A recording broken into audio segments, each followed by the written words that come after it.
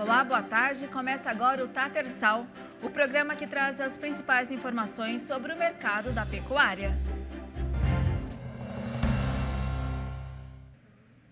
A alta temperatura e umidade causam perdas na produtividade das vacas, mas por meio de sons que elas emitem, é possível identificar algum estresse. Uma pesquisa liderada pela Embrapa Rondônia utilizou a bioacústica para medir a frequência respiratória dos animais. Sobre esse trabalho inédito, eu converso com a pesquisadora da Embrapa, Ana Karina Salman. Boa tarde, Ana, seja bem-vinda. Oi, boa tarde, tudo bem? É um prazer tê-la aqui no programa. O prazer é meu. Ana, como vocês perceberam que é possível avaliar o conforto térmico do animal por meio dos sons que eles fazem? Pois é, nós já estávamos usando essa metodologia da bioacústica desde 2015 para avaliar comportamento dos animais em pastejo, né? Que seria o tempo de pastejo, tempo de ruminação, tempo de ingestão de água, né? E conversando com as minhas alunas que faziam essas análises, né? Uma delas comentou que era possível, que ela conseguia ouvir a respiração dos animais, enquanto ela estava fazendo a análise dos áudios. E aí a gente fez um experimento piloto e viu que dava certo, e aí a gente decidiu fazer um estudo mais a sério, né?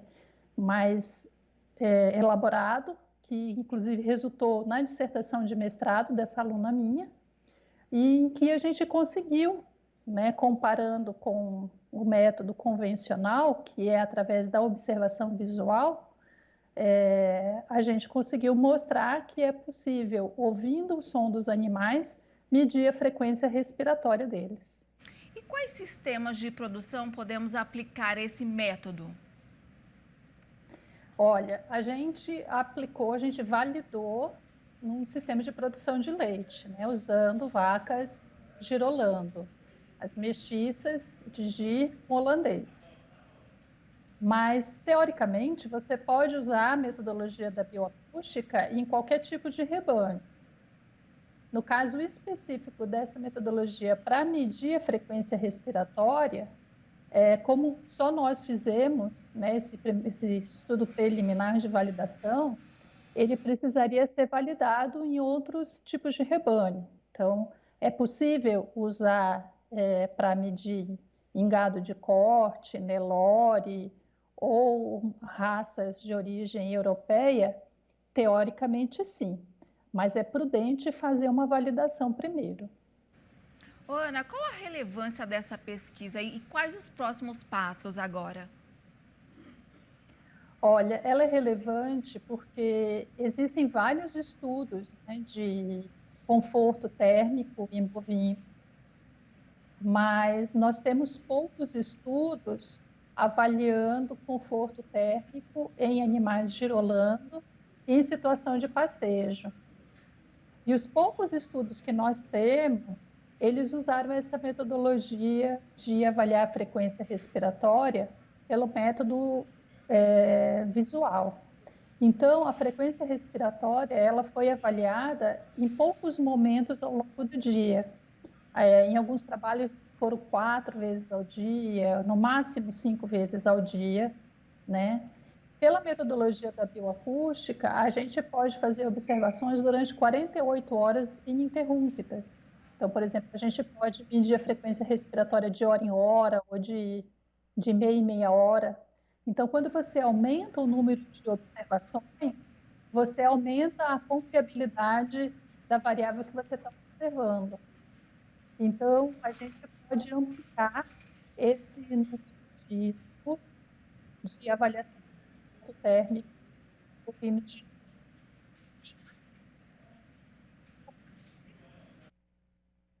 Quais são os parâmetros climáticos, por exemplo, que determinam o animal estar realmente estresse? Tá falhando um pouquinho, Ana, um minutinho. Melhorou agora? Melhorou. Tá.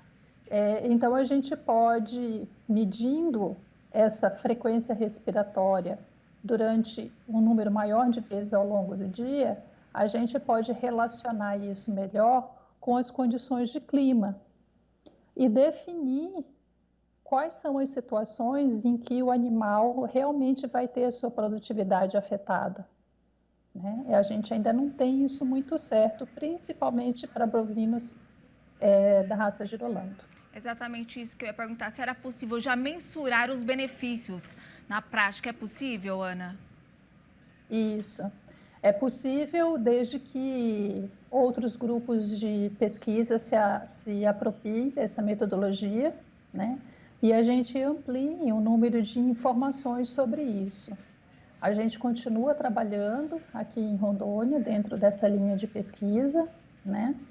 E o que a gente espera é que outros grupos de pesquisas aqui no Brasil também adotem essa metodologia para ampliar o número de informações, para verificar como é a resposta dos animais às diferenças de clima observadas em diferentes regiões do Brasil. Ô, Ana, o pecuarista já consegue colocar em prática na propriedade? O que a gente consegue passar hoje para o pecuarista, com base nesses estudos que a gente vem fazendo, utilizando a bioacústica, por exemplo, sobre a importância do sombreamento da pastagem, da arborização de pastagens, né, que a gente vem trabalhando desde 2015. Então, ouvindo os sons dos animais, a gente já observou que novilhas girolando, por exemplo, elas gastam 50% menos tempo ingerindo água quando elas estão pastejando numa área sombreada, em comparação com novilhas girolando que ficam em pastagem a pleno sol. A gente também já observou que o tempo de pastejo dos animais em pastagem sombreada é maior, e que a produção de leite de vacas que têm acesso à sombra durante o pastejo, elas produzem 6% a mais de leite do que vacas girolando que ficam em pleno sol. Ana, os dados coletados vão para alguma central? Como que funciona? Nós fazemos publicações, né? Então, esses dados já estão em publicações científicas, em revistas científicas, e eu estou elaborando, né, porque a gente ainda tem mais dados ainda para trabalhar, né?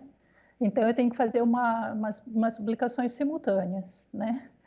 Eu tenho que publicar em revista científica e tenho que elaborar publicações técnicas também para divulgar os resultados. Isso a gente tem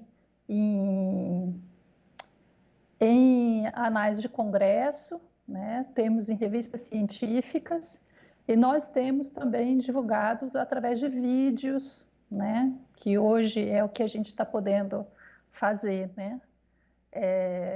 Para poder chegar essas informações a um número maior possível de pessoas. Ana, essa avaliação só é possível em sistemas de ILPF? Não. Você pode usar essa metodologia em diferentes sistemas, não só no ILPF. Aqui a gente usou em área de ILPF, né? Mas é possível você utilizar os sons dos animais em qualquer tipo de sistema, inclusive em confinamento, né? Que em confinamento os pesquisadores acham mais prático, né? Acho mais prático não. Na verdade, é possível você fazer essa observação, contagem, né, da frequência respiratória dos animais por observação visual de uma forma mais prática do que quando o animal está em pastejo, né? Mas a metodologia que a gente validou, ela pode ser utilizada em diferentes tipos de sistema. Não precisa ser necessariamente ILPF. Essa pesquisa também, como você falou há pouco, foi validada para rebanho leiteiro girolando, tanto para novilhas como para vacas em lactação. Por que o girolando e outras raças você também disse que é possível utilizar, não é isso? Isso. A gente usou a raça Girolando porque é a raça do rebanho que a gente tem aqui na Embrapa Rondônia, né? O nosso sistema de produção de leite aqui é formado com animais da raça Girolando. E essa raça, ela é a mais utilizada em sistemas de produção de leite a pasto no Brasil. Acredita-se que 80% dos sistemas de produção de leite a pasto no Brasil são compostos por animais da raça Girolando. Então, é uma raça extremamente importante para a produção de leite a pasto no nosso país. Mas é possível, né, que essa metodologia seja adaptada para outros sistemas de produção, para outros tipos de rebanho e outras raças também. Mas, como eu disse, né, precisa de um estudo de validação primeiro. A avaliação da frequência respiratória das vacas pode trazer várias informações. Novas pesquisas também estão a caminho?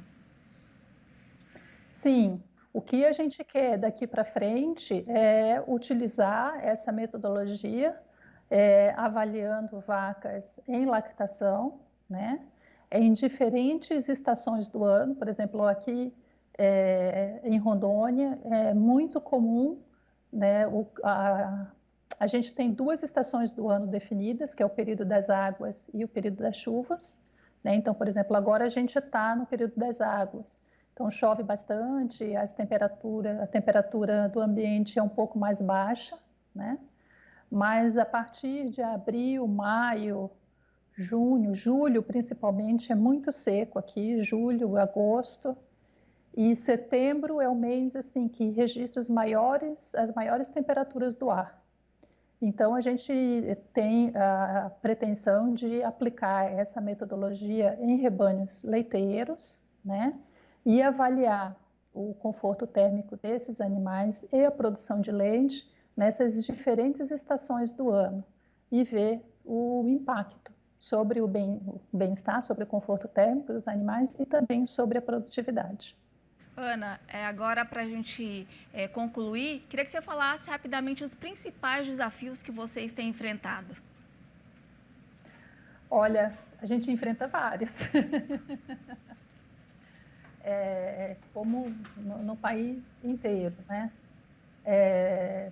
Mas com foco na questão de bem-estar dos animais, eu acho que o desafio é exatamente isso, a gente continuar fazendo as pesquisas, coletando dados para construir informações que sejam confiáveis para a gente poder repassar isso para o produtor, né? Poder dizer quais são as variações de temperatura do ambiente que realmente causam impacto na produção de leite e que realmente provoquem ou tirem o animal da zona de conforto térmico dele. Ana, então, muito obrigada. Nosso passo é esse. Infelizmente, nosso tempo acabou, peço desculpas. Muito obrigada pela sua participação. Eu que agradeço. Um grande abraço. E o Tatersal de hoje fica por aqui. Uma boa tarde para você e amanhã eu volto com outras informações. Até lá. Tchau.